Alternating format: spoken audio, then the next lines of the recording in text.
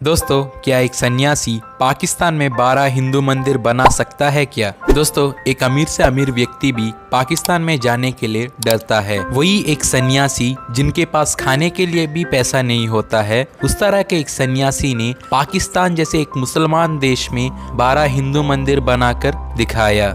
वही नहीं दोस्तों, इस्कॉन जो दुनिया के प्रसिद्ध ऑर्गेनाइजेशंस में एक है, जिसके 600 से भी ज्यादा सेंटर्स है पूरी दुनिया में। दोस्तों, इतना बड़ा ऑर्गेनाइजेशन को एक सन्यासी ने 1966 में हरे कृष्णा मूवमेंट के नाम से खड़ा किया। दोस्तों, अगर आप बिल्कुल भी उस व्यक्ति के बारे में नहीं जानते हैं तो वीडियो के अंत तक जरूर देखना, क्योंकि आज के इस वीडियो में मैं उनके जीवन के बारे में बताऊंगा। दोस्तों, उनके जीवन से आप बहुत कुछ जान सकते हैं, क्योंकि दोस्तों ये कोई ऑर्डिनरी पर्सन तो नहीं है, लेकिन ये एक एक्स्ट्रा ऑर्डिनरी पर्सन है। इसीलिए दोस्तों मैं आपसे विनती करता हूँ, वीडियो को बिल्कुल भी स्किप मत करना और वीडियो के अंत तक जरूर देखना।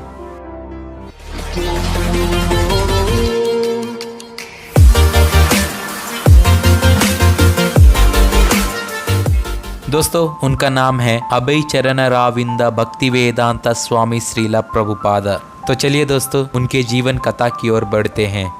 दोस्तों, कहानी की शुरुआत होती है 1896 से, जब प्रभुपादा सितंबर में बंगाल के कोलकाता में जन्म लेते हैं। जन्म के 14 साल के बाद, यानी कि जब वह 14 साल के थे, तभी उनकी जननी यानी कि उनकी माता स्वर्ग सिधार हो गई। उसके बाद उन्होंने उस सदमे को जैसे तैसे करके बगल में रखा और स्कॉटिश चर्च कॉलेज में अंग्रेजी में पढ़ाई की। दोस्तों, वह शुरू से पढ़ाई में बहुत तेज थे, लेकिन इंडिपेंडेंस के दौरान इन्होंने गांधी के नॉन कोऑपरेशन मूवमेंट में शामिल होकर अपनी डिग्री को लेने से इनकार कर दिया। असल में ये शुरू से सन्यासी नहीं थे। इनका एक खुद का फार्मेसी था प्रयागराज इलाहाबाद में। पर 1922 में वह एक दिन उनके गुरु से मिले।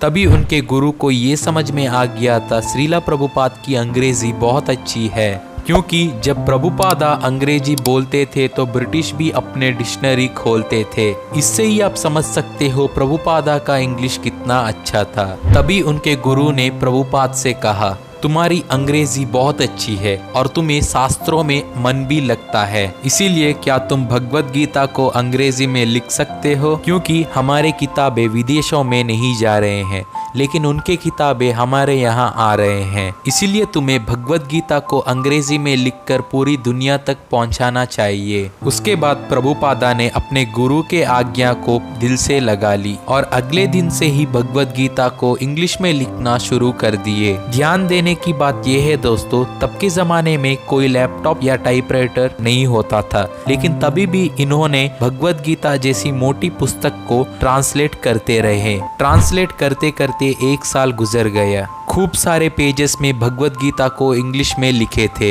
लेकिन एक दिन वह जब अपनी फार्मेसी से घर को लौटे तो वो चौंक गए, क्योंकि इतने दिनों से लिखे हुए भगवत गीता के कागज नहीं दिख रहे थे। उसके तुरंत बाद इन्होंने अपनी पत्नी से पूछा, क्या तुमने मेरे कागज को देखे? तो पत्नी का जवाब सुनते ही इनके पसीने छूट गए। उनके पत्नी ने कहा, मैंने सारे कागज को रद्दी वाले को भेज दिए और रिटर्न में उसने मुझे चाय पत्ती दिया। ये सुनते ही प्रभुपाद के होश उड़ गए। प्रभुपाद ने गुस्सा नहीं किया, लेकिन उनके पत्नी को सबक सिखाने के लिए उन्होंने उनके घर को ही छोड़ दिया और एक नए जीवन की ओर प्रस्थान कर गए।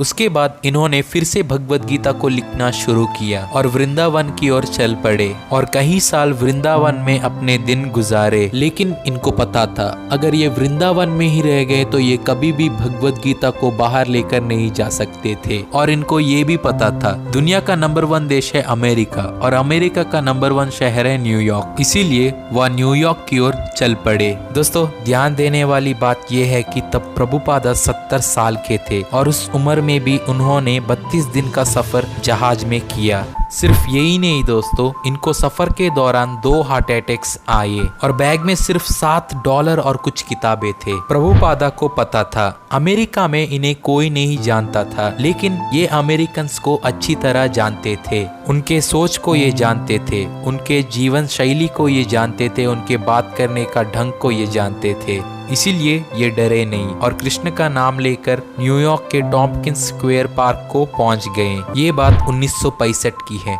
जब अमेरिका और वियतनाम का वॉर चल रहा था। इसीलिए अमेरिका में हिप्पीस आ गए थे और हिप्पीस अमेरिका को परेशान कर बैठे थे। दोस्तों, हिप्पीस बिना वस्त्र धारण किए हुए ही पूरे अमेरिका में घूरते थे और 4-4, 6-6 महीने तक स्नान भी नहीं करते थे। यहाँ तक कि वो हर वक्त नशा करके ही घूमते थे। इसीलिए अमेरिका की सरकार भी परेशान थी क्योंकि हिप्पीस अपने घर को छोड़कर पूरी तरह से स्वतंत्र हो गए और वह कुछ भी कर रहे थे बिना किसी डर के। प्रभुपादा को समझ में आ गया, अगर मुझे अमेरिका में कुछ करना है तो पहले मुझे हिप्पीस को सुधारना पड़ेगा, और अगर मैंने हिप्पीस को सुधार दिया तो सारा अमेरिका मुझे जानने लगेगा। लेकिन हिप्पीस इनकी सुनते नहीं थे, इनका सामान चोरी कर देते थे, इनके ऊपर सिगरेट फूकते थे, इनको टॉयलेट के लाइन में धक्का मार देते थे, इनका बेइज्जती कर देते थे। ध्यान देने की बात यह है दोस्तों, प्रभुपाद उनके ऊपर गुस्सा नहीं करते थे बल्कि उनको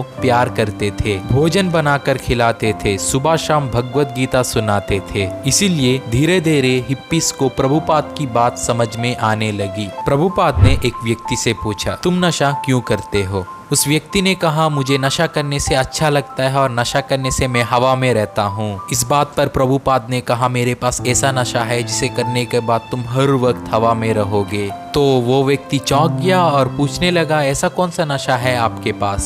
तो प्रभुपाद ने बोला, हरि नाम का नशा, बोलो करोगे? तो उस व्यक्ति ने हाँ बोल दिया क्योंकि उसे भी वो नशा करना था। फिर प्रभुपाद ने कहा, मैं तुमको हरि नाम लेना सिखाऊंगा, भगवत गीता पढ़ना सिखाऊंगा। अगर तुम कृष्ण के आदेशों को समझ गए तो तुम्हें आध्यात्मिक जीवन का नशा लग जाएगा, जिसके बाद कोई भी व्यक्ति तुम्हें उस नशा से छुड़ा नहीं सकता, तुम हर वक्त हवा में रहोगे। उसके बाद धीरे धीरे करके सारे लोगों ने उनकी बात सुननी शुरू की। तभी प्रभुपादा को समझ में आ गया, हिप्पीस ने पहले ही उनके घर को छोड़ दिए और अगर मैंने इनको सिखा दिया जीवन कैसे जीते हैं तो ये मेरी बात जरूर मानेंगे और इनकी वजह से मैं अपनी बात पूरी दुनिया तक पहुंचा सकता हूं। और प्रभुपाद ने जैसा सोचा वैसा ही हुआ। और दोस्तों, जैसे कि हम लोगों को पता है, तब के जमाने में सारी दुनिया अंग्रेजों की बात सुनती थी, लेकिन न्यूयॉर्क में अंग्रेज प्रभुपादा की बात सुनते थे और इसके वजह से ही प्रभुपादा ने सारे हिप्पीस का नशा धीरे धीरे छुड़ाने लगे और सारे हिप्पीस को हैप्पी बना दिया।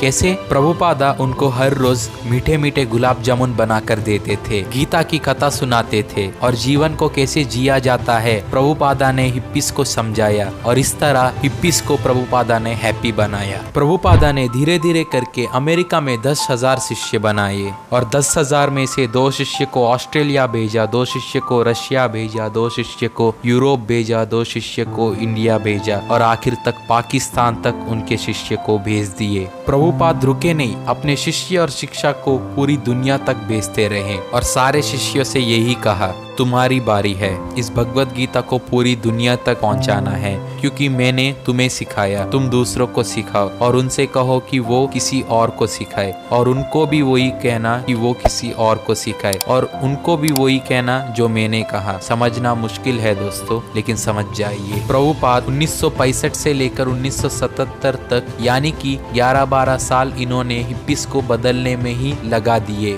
धीरे धीरे इनके पास पैसे खत्म होने लगे और इसीलिए पैसों की कमी की वजह से इन्होंने अगरबत्ती बनाकर बेचना शुरू कर दिया। वो अपने शिष्यों की मदद से हर रोज अगरबत्ती बेचते थे और बेचते बेचते सिर्फ 3 सालों के अंदर प्रभुपादा को $1 मिलियन की रेवेन्यू आना शुरू हो गया और इस दौरान भी वो अपने गुरु के आदेश को पालन करते आ रहे थे और 5.5 करोड़ बुक्स इन्होंने पूरी दुनिया में बांट दिए और जो पैसा इनको मिला वो पैसे से इन्होंने मंदिर बनाने शुरू कर दिए और अपने किताबों को पूरे 25 भाषाओं में ट्रांसलेट किया। और इस दौरान प्रभुपाद ने बहुत ही ज्यादा शोहरत कमा लिया क्योंकि प्रभुपाद रिलीजन के बारे में बात नहीं करते थे, वो स्पिरिचुअलिटी के बारे में बात करते थे। जैसे कि दोस्तों मैंने बता दिया था, प्रभुपाद ने बहुत ही ज्यादा शोहरत कमा लिया था, इसीलिए उनके पास एक रिपोर्टर आए और उनसे पूछे, स्वामी जी क्या आप भी भगवान है क्या? तो प्रभुपाद ने कहा, मैं कोई भगवान नहीं हूँ क्योंकि भगवान से बढ़कर कोई नहीं है इस दुनिया में। मैं तो एक साधारण सा मनुष्य हूँ और भगवान का सेवक हूँ। ये सुनकर वो रिपोर्टर चौंक गया, क्योंकि पहली बार कोई भारतीय स्वामी ये कह रहे हैं कि वो कोई भगवान नहीं है बल्कि वो तो भगवान के सेवक हैं। इस इंटरव्यू के बाद सारे अखबारों में प्रभुपादा के बारे में छप गए। उसके बाद हेनरी फोर्ड के पोते यानी कि अल्फ्रेड फोर्ड प्रभुपादा से मिलने आए। आने के बाद प्रभुपादा ने उनसे पूछा हु इज हेनरी फोर्ड, तो उन्होंने बताया हेनरी फोर्ड फोर्ड कंपनी के फाउंडर थे। प्रभुपादा ने फिर से उनसे पूछा नाउ वेयर इज ही। तब हेनरी फोर्ड जीवित नहीं थे। उसके तुरंत बाद अल्फ्रेड फोर्ड को समझ में आ गया यही कि हर मनुष्य खाली हाथों से ही इस दुनिया में आता है और खाली हाथों से ही इस दुनिया से भगवान के पास जाता है। उसके बाद अल्फ्रेड फोर्ड प्रभुपादा से कहने लगे मुझे भी भगवत गीता सिखाइए, और प्रभुपादा ने हाँ बोल दिया। दोस्तों, प्रभुपाद कोई बाबा नहीं थे, वो सिर्फ एक सन्यासी थे जो अपने आप को भगवान से कंपेयर नहीं करते थे और अपनी गीता की मदद से पूरी दुनिया में इस्कॉन के मंदिर बनाए। और यहाँ तक कि दोस्तों उन्होंने पाकिस्तान को भी नहीं छोड़ा और आज भी पाकिस्तान में हर शाम को भगवत गीता की कथा चलती है इस्कॉन के मंदिरों में। दोस्तों, ये बहुत ही ज्यादा मुश्किल था एक सन्यासी के लिए जिनके पास अपने शिष्य को देने के लिए पैसे नहीं थे, लेकिन फिर भी इन्होंने लाइफ टाइम वॉलंटियर्स बनाए और धीरे धीरे करके इन्होंने 108 मंदिर बनाए पूरे 6 कॉन्टिनेंट्स में। और इन्होंने ये तब किया जब कोई डोनेशंस नहीं थे, कोई लोन्स नहीं थे और अपने शिष्यों से ये लेटर के माध्यम से बात करते थे। इसीलिए अपने जीवन भर में इन्होंने 10,000 से भी ज्यादा लेटर्स को लिखे, लेकिन तभी भी ये बुक्स को लिखना भूले नहीं थे। लेकिन उनकी उम्र बहुत ही ज्यादा हो गई थी, इसीलिए वो डिक्टाफोन को यूज करके रिकॉर्ड करते थे और उस रिकॉर्डिंग से उनके शिष्य बुक्स लिखते थे। दोस्तों, ये जानकर आपको बहुत ही ज्यादा आश्चर्य होगा, प्रभुपाद हर वक्त बुक्स को रिकॉर्ड ही करते थे, यानी कि 24 घंटे में से वो 22 घंटे काम करते थे और सिर्फ 2 घंटे ही सोते थे। प्रभुपाद ने हर एक ऑर्डिनरी शिष्य को एक्स्ट्रा ऑर्डिनरी बना दिया था। प्रभुपाद के शिष्य उनको तंग करते थे लेकिन वो उनके ऊपर गुस्सा नहीं करते थे। उनके शिष्य उनको दुखी कर देते थे लेकिन वो उनके साथ हंसते थे। एक बार प्रभुपाद उनके शिष्यों के साथ जगन्नाथ रथ यात्रा में शामिल होने के लिए गए, लेकिन उधर के पुजारी उनको रोक दिए, ये कहते हुए कि अंग्रेजों को मंदिर में जाने का परमिशन नहीं है करके। इसके बाद इन्होंने जगन्नाथ जी के पास नहीं गए, लेकिन इन्होंने जगन्नाथ जी को पूरे दुनिया के पास लेकर गए, यानी कि इन्होंने ही पहले रथ यात्रा को बाहर की कंट्रीज में भी शुरू किया। दोस्तों, प्रभुपाद ने एक प्रोग्राम शुरू किया फूड फॉर लाइफ करके, जो दुनिया का सबसे बड़ा वेजिटेरियन फूड रिलीफ प्रोग्राम है। हर इस्कॉन के मंदिर में आपको वेजिटेरियन भोजन मिलेगा और ये सिर्फ इंडिया में ही नहीं दोस्तों, बल्कि पूरी दुनिया के इस्कॉन के मंदिर में आपको भोजन बढ़ते हुए मिलेगा। यहाँ तक कि एप्पल के वन ऑफ द फाउंडर यानी कि स्टीव जॉब्स ने भी खुद कहा पहले उनके पास पैसे नहीं होते थे, इसीलिए वो 7 मील चलकर इस्कॉन के मंदिर में जाकर अपनी भूख मिटाते थे। And I would walk the 7 miles across town every Sunday night to get one good meal a week at the Hare Krishna temple. I loved it. दोस्तों, इस्कॉन ने गवर्नमेंट से मिड डे मील प्रोग्राम को acquire कर लिया और आज भी वो 14 लाख से भी ज्यादा गरीब बच्चों को खाना खिला के उनके पेट भरते हैं। दोस्तों, इस्कॉन ने कभी भी अपने आप को बड़ा नहीं समझा, कभी भी इन्होंने अपनी गाथा नहीं गाई और बिना प्रमोशंस के ये आज भी पूरी दुनिया की सेवा करते आ रहे हैं।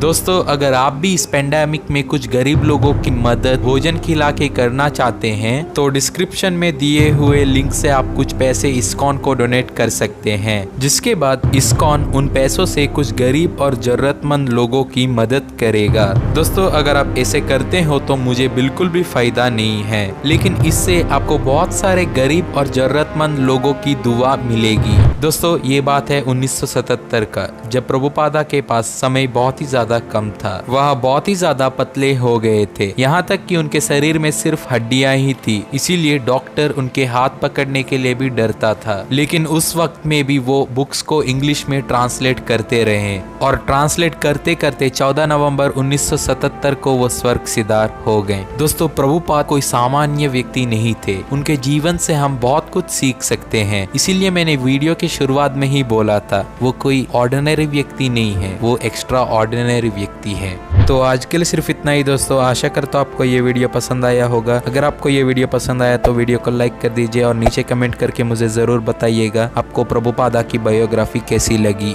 और दोस्तों इस वीडियो को आपके फैमिली और फ्रेंड्स के साथ भी जरूर शेयर कीजिएगा, क्योंकि उनको भी दुनिया के महान व्यक्तियों में से एक प्रभुपादा के बारे में पता चलना चाहिए। और दोस्तों चैनल को सब्सक्राइब करके 360 परिवार में जुड़ जाइए, क्योंकि आपको ऐसे ही वीडियोस हर वीक मिलते रहेंगे। अंत तक देखने के लिए धन्यवाद और अगले वीडियो तक अलविदा।